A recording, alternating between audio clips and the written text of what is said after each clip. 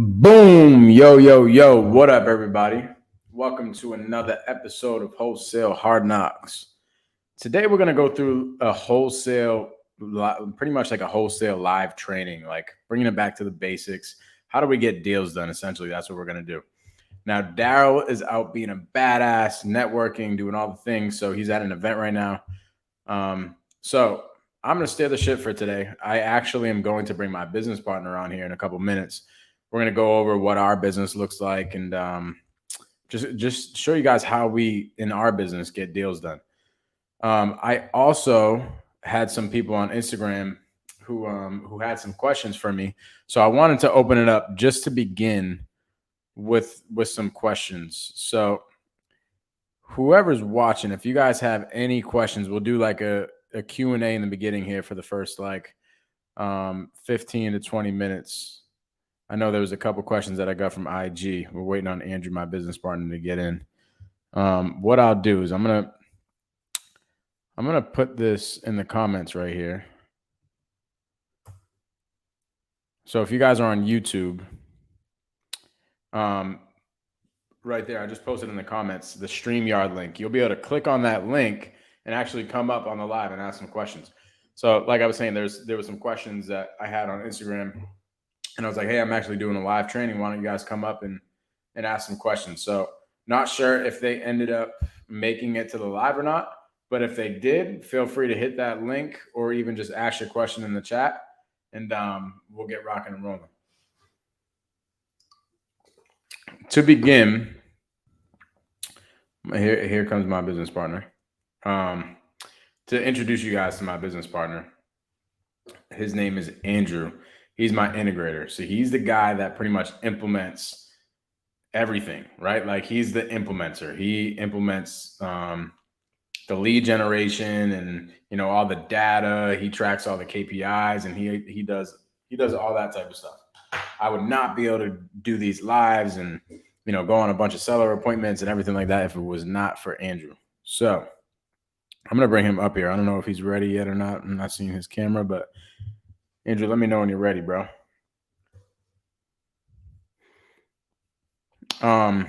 So like I said, what we're going to do for the training is we're just going to bring it back to the basics. Like we're going to bring it back to what does it look like just to get deals done? If you're just like a one-man team, you're just like, dude, I just want to lock up some deals and sell these deals and, make some money. I want proof of concept. I think that's one of the biggest things, especially in the beginning for me. I went 7 months without a deal, right? I actually went my first 4 months of the business. I spent a ton of money, like a lot of money on a bunch of different types of lead generations and literally only generated one actual lead. I went on that appointment and I didn't lock it up because I didn't know what the heck I was doing. And another investor got it over us. So 4 months, I only generated one lead. And then I hired a virtual assistant.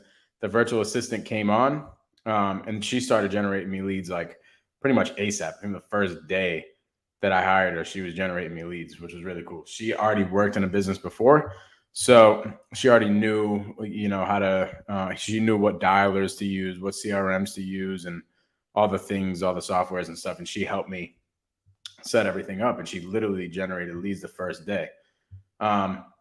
But still, that was like month 4 of the business, or maybe even month 5. I went like 2 or 3 months without a deal. So I was getting stressed and I had overhead, right? Like now I have a team member. It wasn't me just spending money on direct mail or trying to get on radio or whatever the case is. Like that's what I was doing for the first 4 months, right? After that, I hired a virtual assistant and that comes with like consistent overhead. So I didn't land a deal for the first 3 months. And essentially what happened is I had a couple contracts, right? I had a couple contracts and then they didn't sell. One of them was an actually really good deal. I just didn't know what the heck I was doing with Dispo. And we're going to get into this stuff, like why this is important. I had a contract that I didn't know how to sell. It was a really good deal. I got it under contract for $41,000. In Massachusetts, that's freaking bananas. Like anywhere in Massachusetts. Got it under contract for $41,000, right? And I actually assigned it to a buyer like 2 days after I got the contract, but the buyer put a contingency in the assignment agreement. I now know that we don't do that. Like we're the people filling out the assignment agreements. This is when I was a newbie though. So send it over to him. He puts an inspection period in there. He goes out to the property and says, hey, I'm not a buyer. Right. So it falls through and I kind of just like throw in the white gloves. I'm just like, whatever, it's over. And I backed out of the contract. Literally 2 months later, I saw that deal sell for $59,000 to a cash buyer. So I could have made 18 grand on my first deal. I just didn't know what the heck I was doing with Dispo. Right. Fast forward a couple of weeks, I get another contract. It was an option contract. It was like, hey, I'm not your buyer, but I'll try to shop it around. Wasn't a deal. Wasn't able to lock it up. So finally, I realized that I had a conversion problem on both ends. Not only acquisitions, like I had a conversion problem of converting good opportunities. Because in that I only generated one contract that was an actual good opportunity in the course of freaking 7 months. And then I had a problem with Dispo, converting on the Dispo side. So I end up figuring that I didn't know that until I got into a mentorship and Paige Morby told me, dude, you're doing good. You're generating leads. I just I think that you have a conversion problem. So he's like, go listen to all my seller calls, go get really good at sales. So I got good at sales and boom, now we get deals done on a weekly basis. So I'm going to bring up Andrew. We're going to go over some things. Andrew, what up, dog? How you doing? Freaking great. This is my killer integrator. Andrew's the best integrator in real estate. Well, thank you. I appreciate that. So I got a question. I've gotten all my deals so far for text blasting. Recently, I started cold calling, and my contact rate is horrible. Any suggestions? Here's what I would suggest. And actually, Andrew is probably gonna have a better answer because he's the guy, right? He's the guy that does all that type of stuff in our business. But cold calling and texting is a very market specific thing. Not only market specific, but like time frame specific. So sometimes in our market, cold calling is crushing it. Sometimes texting is crushing it. Like it's just something that you have to have a pulse on. So we're like flip-flopping it all the time. We have a pulse on it, right? We're like, okay, we saw this many leads come in from cold calling and this many leads coming in from texting. Oh, actually cold calling is crushing it. Let's just triple down on that. And then it slows up a little bit. We go back to texting and all of a sudden texting crushes it. And it's something that we like keep flip-flopping and we keep beta testing. So I would say get your KPIs down. Like you're doing a good job. My contact rate, right? Like you're tracking your contact rate. That's good. It probably means that, cold calling in your area in this time of the year or this time of just the nature of the market right now in your specific area, cold calling just isn't hitting. So what I would do is I would triple down on texting. And then all of a sudden you're going to be like, dang, texting's not hitting. Then you're going to go back to cold calling. Cold calling is going to crush it. And it's just a constant thing that you got to have a pulse on. Andrew, what's your thoughts on that? Yeah, I mean, I kind of look at this problem as four different things.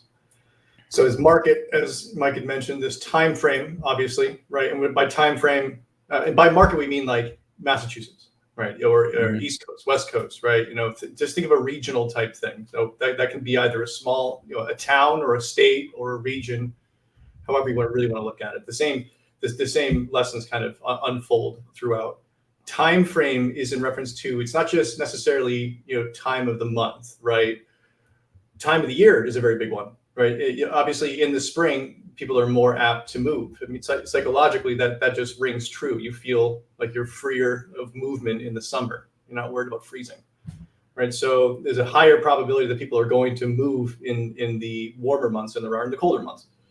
But the time of the season can be very important too, right? Hitting somebody around a holiday, they're actually going to be more likely to pick up a cold call on a holiday, I would say, than during a work day, right? But if you call them around lunch during a work day, they're going to have a higher chance of picking up than they would have in the morning, right? So it's really, you got to kind of feel out who you're calling. And that brings me to the next point, which is demographics. So what demographic are you pursuing, right? And that can be just, you can figure that out just by looking at the types of leads that you're looking at and trying to think back, well, who is in these situations? So if you're tracking people who have, let's say, houses that have 50% improvement value potential, right? Then you're probably tracking people who are in their late 30s up until about their 60s, right? I mean, just because those are typically people who are buying those types of houses that have improvement value, right? Conversely, you might run into a lot of people who are much more senior who have those houses who never actually got around to fixing them, right? So there's still, according to the tax assessor, a massive potential improvement value there. So demographics is really important. And then lastly, method. So what method are you cold calling with? Are you cold calling trying to offer them cash, right? Are you saying, I'm going to buy your house for cash? Because that's not attractive to everyone. Are you calling specifically pursuing sub 2, right? Sub 2 is a bit, it's a bit narrow in the sense of, who is going to be interested in that? Because there's a lot of education that typically precedes having somebody go down the sub 2 path, right? If you're calling them, trying to link them up with realtors, frankly, you probably have a lot more luck there if your goal is to link them up with a traditional type of real estate sale. But nonetheless, I would imagine that you're probably looking at doing wholesaling. So if I were you, I would think about doing a combination of texting and and cold calling, and taking a look at your overall spend per lead, right? And when I say per lead, I mean per lead that you're pushing up into your active CRM pipeline, and whatever you're using to follow up with people that are interested. And if one of them is drastically less expensive, that's the one you go with. Cold calling just might not be your market, right? It just might not be what you guys are doing right now. But I would encourage you to test that again in 3 months. Right, because remember, seasons can change things, conditions can change. If the market gets worse, people are going to start picking up their phone a bit more. So keep that in mind. Yeah, there's so many different factors. That's why I think it's important to always have a pulse on your lead generation. And like Andrew said, I think that's a really, really important thing to track, your cost per lead, right? If you're seeing that you're getting a lot of leads from cold calling and the cost per lead is less than texting, then yes, double down, triple down on cold calling. Right. And then you can still obviously send out your texts and stuff. That way you're getting it from all angles. But at the end of the day, just have a pulse on it. Like for me, before I had Andrew, like Andrew changed my world once he ended up coming into the business because of his answer. Right. His answer was super specific. He knows exactly all the data. He knows all the numbers. He knows literally everything. Now, when I was just by myself, I didn't really have time to figure all that stuff out because I was going on appointments. I was managing a team. I was following up with leads. Like I was doing a bunch of different things, trying to dispo deals, trying to do everything. So when it was just me, I just had a pulse on it. I was just like, okay, let me look. Okay. We had, 30 leads this week and 20 of them came from cold calling. Let's just keep cold calling, keep cold calling, keep cold calling. It was just like a thing that I had a pulse on, and I would steer the team in which direction I think made the most sense. So I hope that answer helps. And that actually introduces me to my answer when it comes to if somebody were to say, well, what about mailing, right? Well, what about, first of all, I'd ask what type of mailing. Postcards are cheaper than sending out letters, which are cheaper than sending out pamphlets, right? But even then, looking at your cost per lead, you send out 1,000 cards, right? That might cost you $1,400, right? I can get 100,000 touches on somebody, not 100,000, I say about 25 to 30,000 outreaches for the same price. So, I mean, which is better, right? It's economy of scale here. You're looking for the number of attempts. So what does it mean? If you have more attempts, what does that mean? You have a larger margin for failure, right? You can fail more and still be successful. The more you do, the less accurate you have to be. It's like a machine gun versus a rifle, right? You miss with a rifle, you've missed. With a machine gun, you might hit 2 or 3 times. It's the same principle. Love it. So if you guys have any questions you want to pop up here on the live, there's the link right there. This is amazing, bro. Look at this. 100% true. This is what this cat said. Oh, word. No disrespect, but the dude on the left's beard cut is a little gay. Come on, bro. I just got Behind the left. thing shaped up. You know what I'm saying? Like this is the. You know what you got to do for this beard?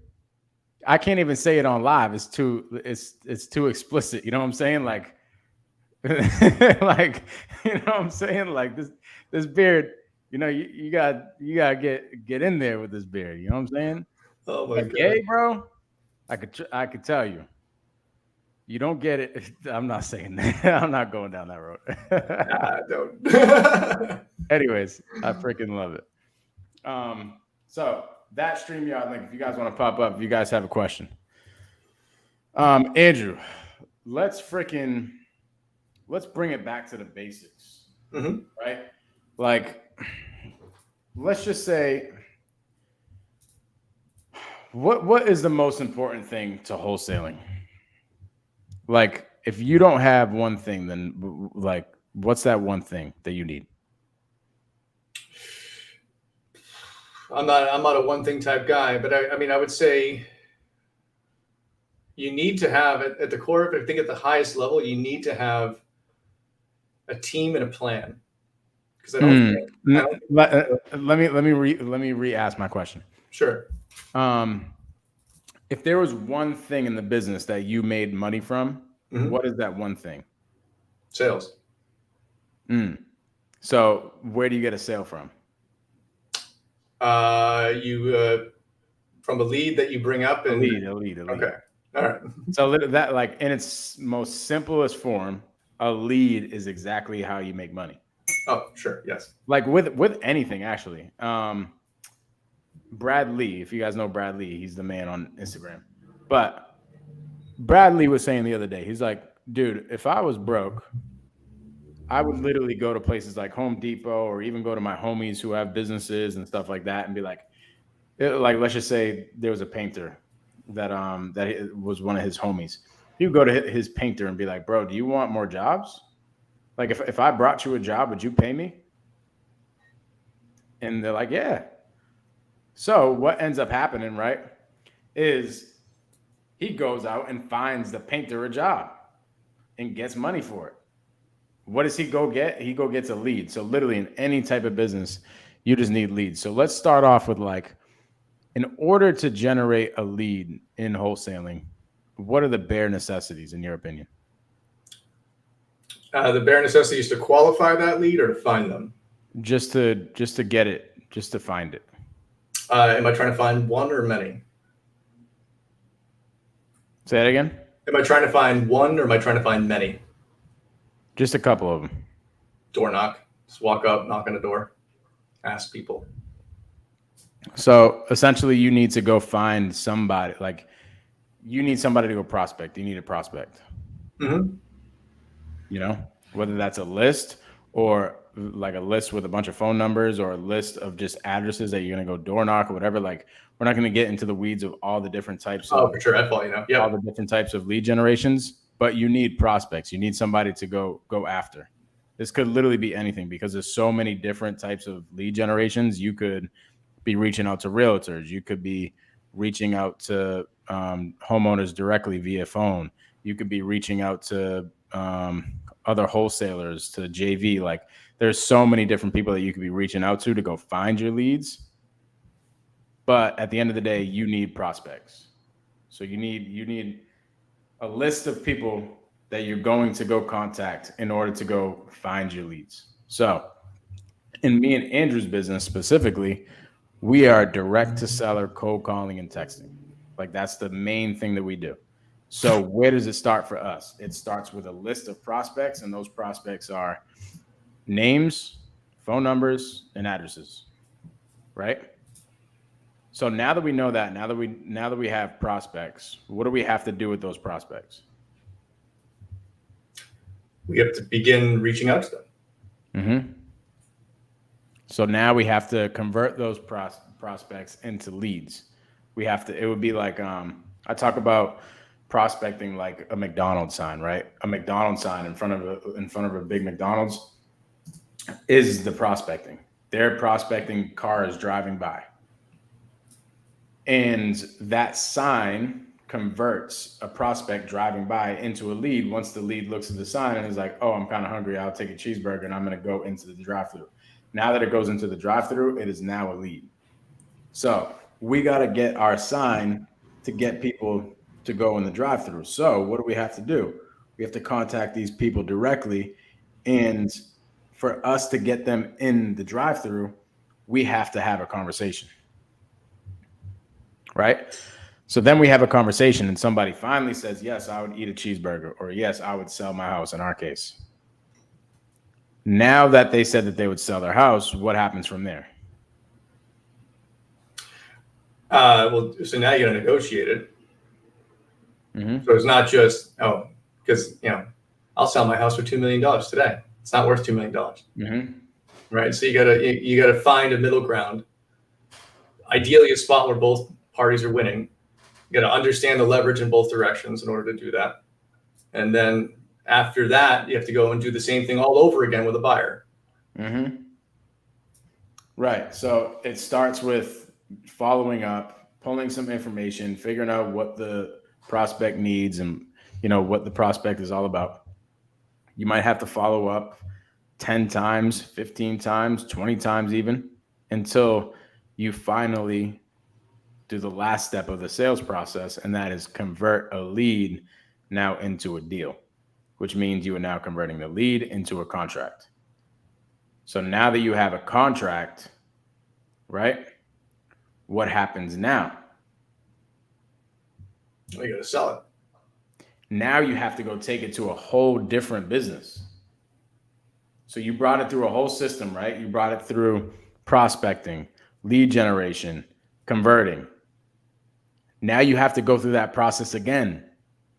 You have to prospect, right? Once there's a contract, you now have to prospect again. So what do I mean by that? Instead of prospecting a bunch of addresses and phone numbers and names of sellers, you are now prospecting phone numbers and names and such of buyers, because now you're trying to reach out to a different set of prospects. So now you have your prospects, right? Now you have your buyer list, which is your list of prospects, and you got to go through the same process. You got to start reaching out to them. Now you have to put your McDonald's sign back up and see what buyers are going to go through the drive-thru, right? So now the buyers go through the drive-thru, and you have to fulfill the order. So maybe it's follow up, send them the contract, send them the deal. They go check out the property, whatever. That is very similar to following up to the seller leads in the first example that we were talking about. It's very similar to that situation, but now you just have to do that with buyers until the last step is you convert. And at that, you end up closing. The reason why I'm breaking it down like this is because it's important to look at both sides as two separate businesses, because they are, like, literally. Think about it. Think about the two of them as 3-step processes: prospecting, lead generation, and converting. So for acquisitions, there's those 3. For dispo, there's those 3. Mm-hmm. So for me, when I was telling you guys in the beginning that when I was starting to generate leads with my virtual assistant, I ended up having a contract that I couldn't sell. It was because I had a decent idea of what was going on for the acquisitions 3 steps. I just sucked at the 3 steps for the dispositions. I had nothing in place. What should I have done? I should have reached out to somebody who had the 3 steps already in place in that area that I had the contract, and they would have been able to find the buyer that ended up buying it a couple months later for $59K. And if we think about the problem as, that, right? What's the end here? Right? Because it's typically good if you're trying to unravel your path to the solution to start at the end and then think about the journey backwards. So if you start at the buyer, right, and you work your way back to prospecting, what would be really good to know at the prospecting step? What your buyers want, right? So, if you already have an idea who your buyers are and what they typically buy and where they buy it in what price range, that actually helps to inform what sort of lists you're running, right? So now you're not wasting money going out and prospecting to leads that folks that you have made contact with wouldn't buy anyway, right? You can find $1 million house. I mean, not a lot of investors are buying $1 million houses, single families in Massachusetts, unless it's like some extreme appreciation. But we all know right now, appreciation is not the name of the game. It's income, right? Mm-hmm. What's happened to the market. So if you're hunting $1 million properties, luxury properties, you're probably gonna have a hard time in Massachusetts, for example. Other states, maybe not. Florida, probably not. But up here, for sure. So, what do we do instead? Well, we think, what do our buyers want? Where do we find the things our buyers want? We focus on those areas. Love it.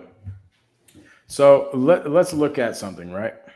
I want to give people like the step-by-step process of what they can do, like literally this week. They can do this week and start generating leads. So I'm going to share my screen here.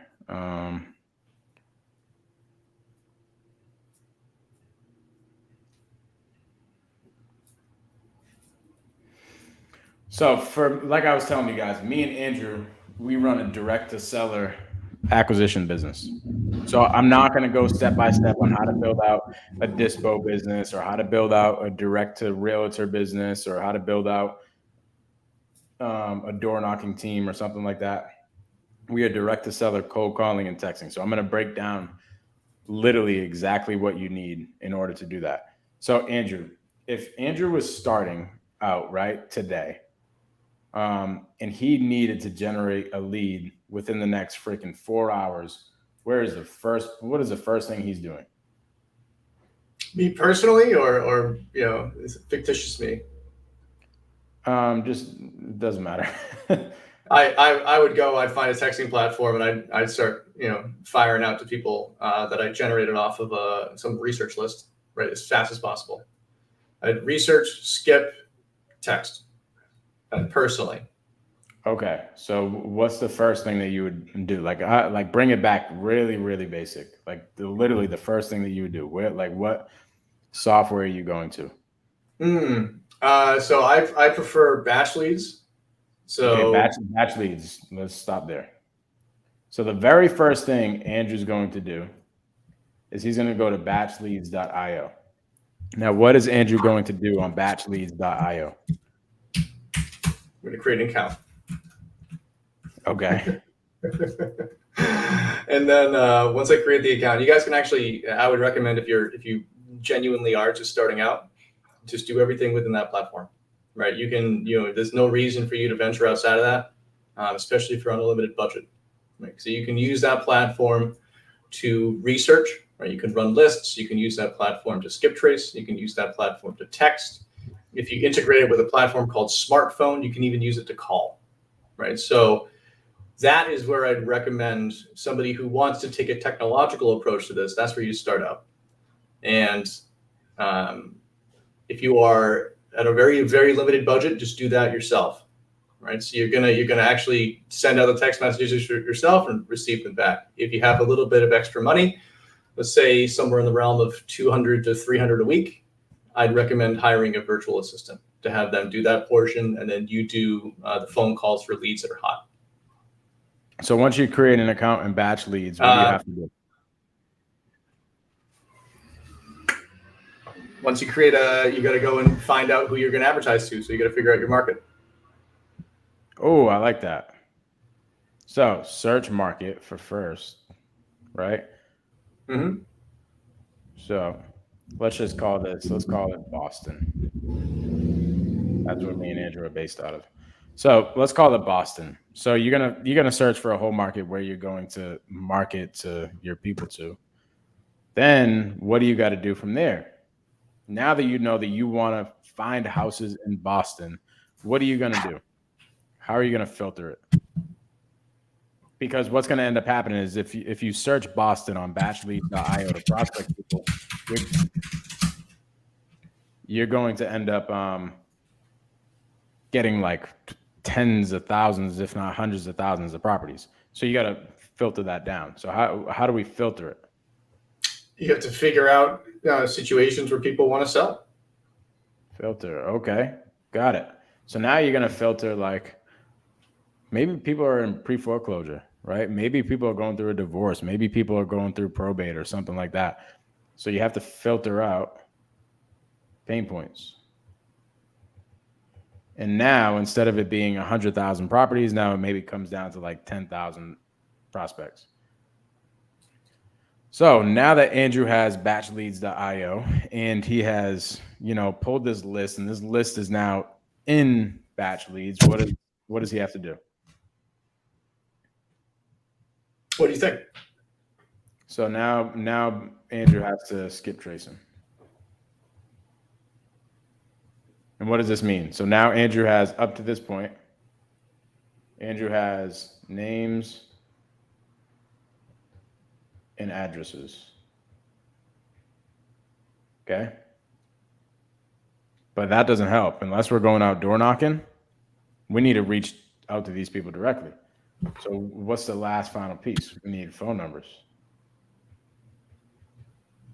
So that's why we go here and we skip trace.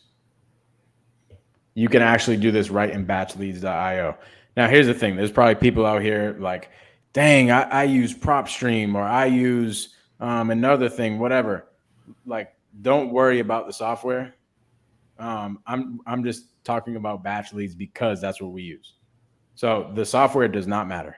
All the PropStream has good data, batch leads has good data, like batch leads has good skip tracing, PropStream has good skip tracing. Like, it doesn't matter. It's how you work your data is what really matters.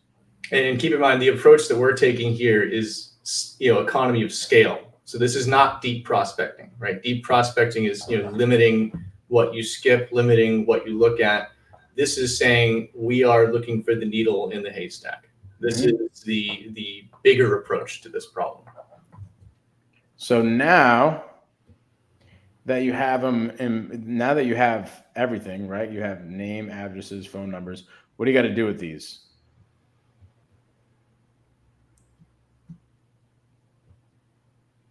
You get a cold call or text these people.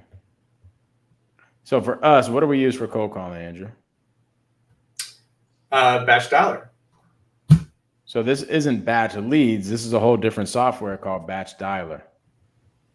And essentially, what you do is you take these three things and you put them into batch dialer and you start calling them. Like, it's really, really that simple. And there's videos on YouTube and stuff of how to upload the data and stuff like that. All that stuff, like, once you start getting into the technicalities of how do you upload a list to batch leads, and how do you pull the data from batch leads, and how do you filter it from batch leads, all that information is on YouTube somewhere. Like, literally just type in how to upload list on batch dialer and you will find a video that shows you exactly how to do it. Super simple. It's about being resourceful, right? Like, who knew there's information on YouTube? Funny. So you have batch dialer and you end up calling all these prospects.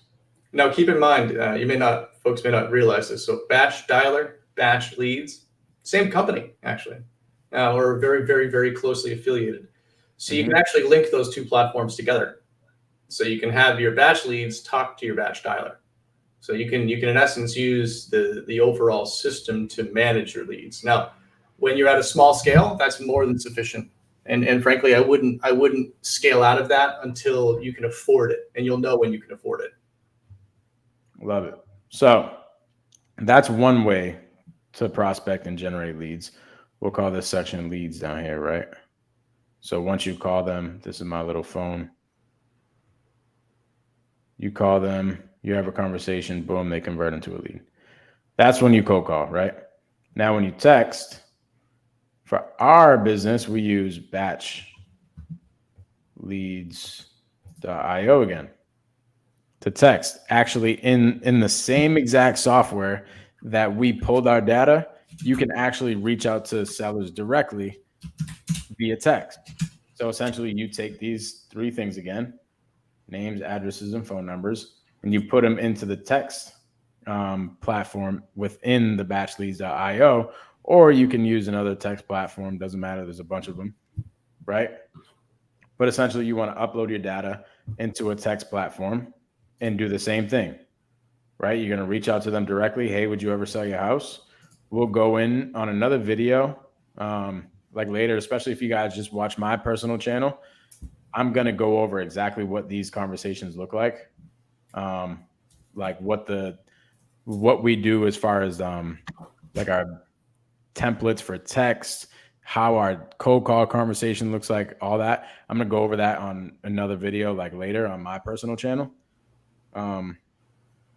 So once you have somebody that says, hey, yeah, I would sell my house, you get on the phone with them again. So essentially for us, right, we text out a bunch of people and we text very vague messages, and then somebody replies and we ask them if it's a sell their house and they say yes, and we hop on the phone with them immediately. And then we generate a lead again. So now we have leads. Andrew, now that you have a lead, okay, like Andrew just called somebody and they said that they would sell their house. What does Andrew do? I promote them. They're now a lead that I'm following more closely. Okay, so are you just gonna like put it in the back of your head and be like, all right, let me remind myself to call that person next week? Nope, I'm gonna move into a CRM. Okay, so you're gonna take these leads that you generated and you're gonna put them in a CRM. What does CRM stand for? Customer Relationship Management. So what this is like back in the day, right? If you were on a sales team, you would get a stack of cards, and these stack of cards would essentially be a bunch of names and phone numbers. They would be leads for you if you were in an insurance business, or maybe you were, I don't know, selling whatever on the phones, right? You were a broker or whatever the case is. You would get a stack of leads, and then to the side of those leads, you would have your telephone, and then to the other side of it, you would have a legal pad. And essentially that legal pad would be your CRM. You would call all these people, right? You would get somebody on the phone. They would say, oh yeah, give me a call back in a week or something like that. And you would write down in your notes, hey, call Victor back in a week.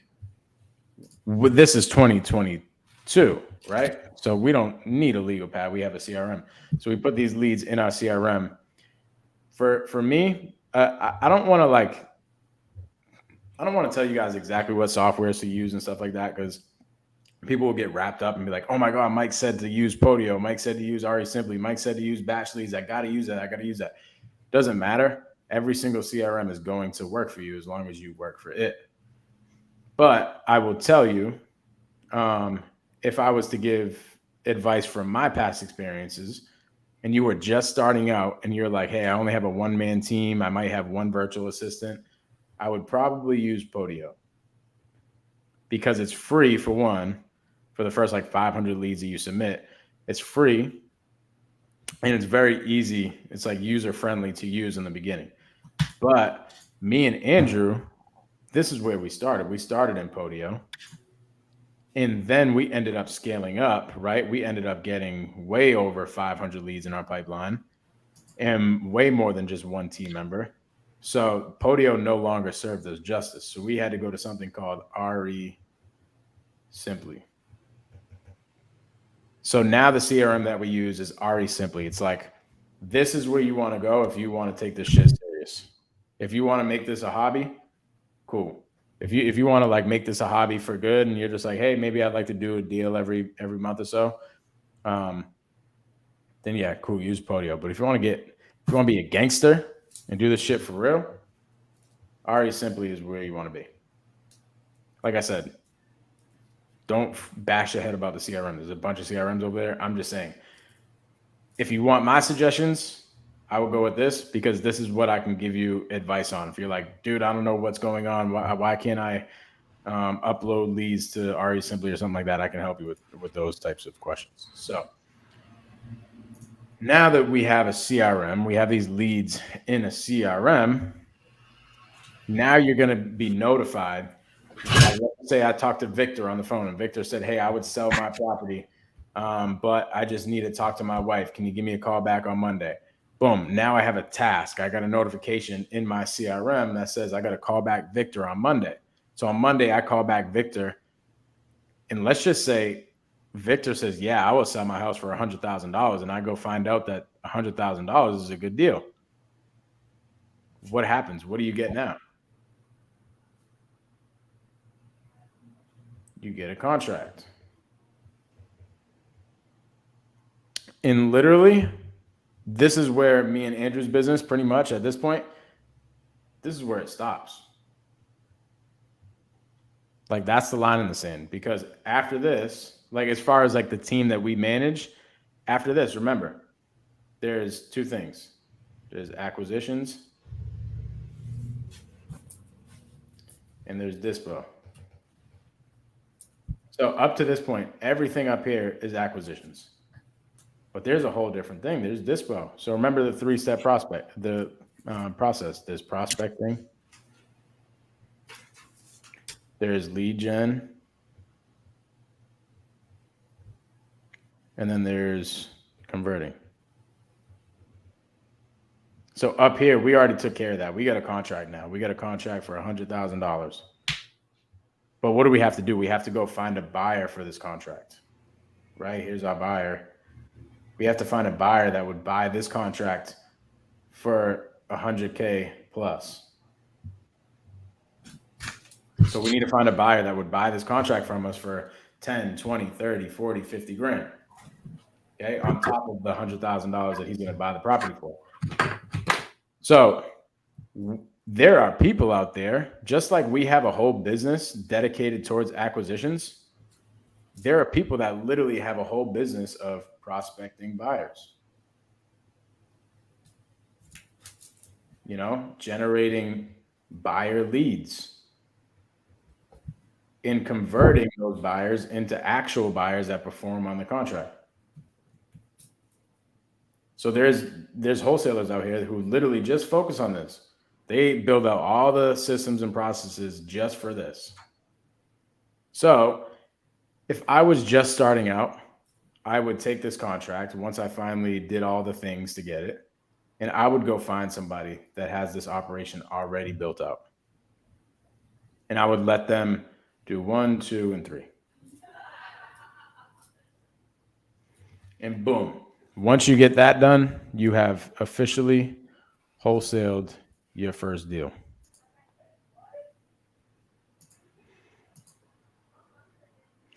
So, Andrew, what are your thoughts on that process? It's our process. Like, it's pretty good. Super, super simple. In the beginning, dude, I was using so many different softwares. Even before I even had a virtual assistant, I was trying to freaking send out mailers. I was trying to draft for dollars. I was trying to get on radio ads. I didn't know what the heck I was doing. Like, I had no idea. If somebody broke it down to me like that and was like, dude, this is so freaking simple. Like, you don't need to do this by yourself, by the way. You can hire a virtual assistant. Like, literally, I hired a virtual assistant who has already been in the business, and she already knew all the software. She knew that we had to go pull lists on PropStream. That's what I was doing at the time. She knew that we needed Mojo for our dialer. That's what I was using at the time. She already used these softwares. So I literally hired her. Her name is Karen. She's still with us. She's a freaking rock star. I said, Karen, I'm going to keep it a buck with you. I have no idea what softwares I need. I don't even know like what I need. And she said, okay, Mike. Yeah. In my last business, we had to get leads from PropStream. We used Mojo for our dialer. And then we used Podio for our CRM. So I literally went on YouTube and I was like, how to set up Mojo, how to set up Podio, how to pull leads from PropStream. And she essentially like did everything for me. So I've never made any, I said this on the last live, last week on the last Wholesale Hardknocks. I've never made any money by myself. Like somebody has always helped me. Any money that I've ever made in my life, somebody has helped me assist in it. Andrew, do you have anything else to add, bro? No, not at the moment. Love it. Does anybody have any questions about this? We'll keep these last couple minutes for Q&A. And if somebody wants to hop up on here, they can. I'm going to shoot the link over again. Andrew, could you talk about in the beginning, right?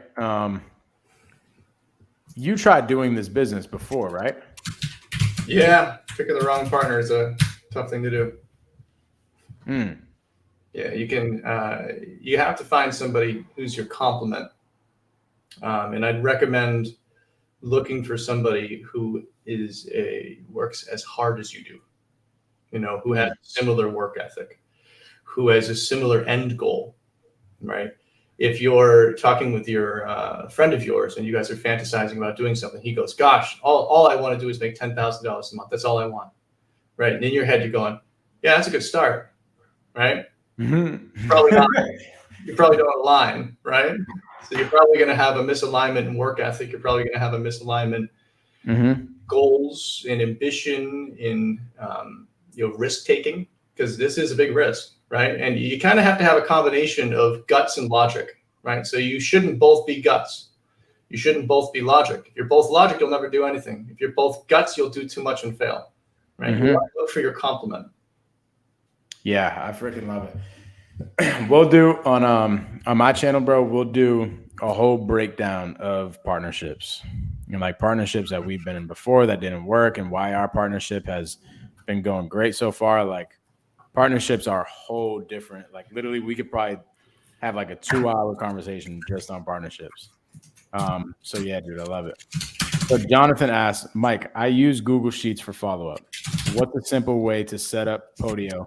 Seems too complicated. Got one VA code caller. Yeah. Literally, I'm gonna send you the exact video that I set up my Podio in the beginning.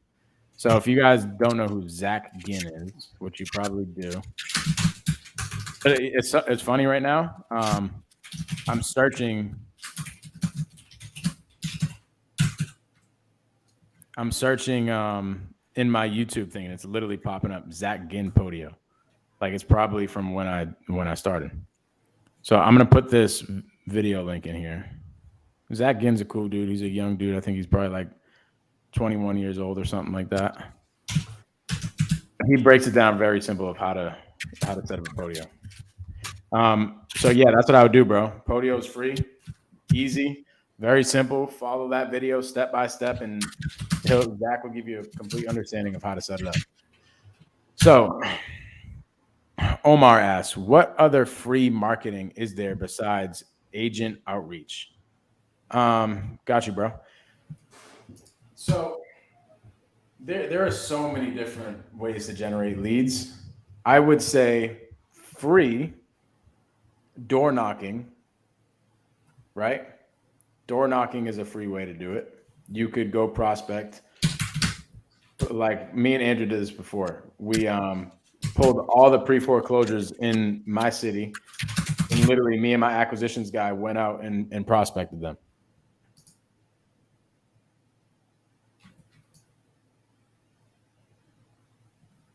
Sorry, Mike, you just asked me a question because I didn't hear anything. No, you're all set. Oh, okay, sorry. Yeah, bro, you can if you're all set, I know you got to jump. No. I would say let's catch up a little bit right after this. Okay, cool. So yeah, what other free marketing is there besides agent outreach? So there is door knocking. You got to go prospect some people, right? Me and Andrew pulled the pre-foreclosure list before, and literally me and my acquisitions guy went out and knocked on doors, and that was free. I mean, we paid gas, but that's about it. So you can go out door knocking. You can cold call or text yourself. Not completely free. You got to pay for the softwares and everything like that. But if you want like real free stuff, I would say door knocking, driving for dollars, and those are really the only free things. Or also, like you said, agent outreach. You can also talk to other wholesalers that are generating leads and help them close their dead leads. You can do that.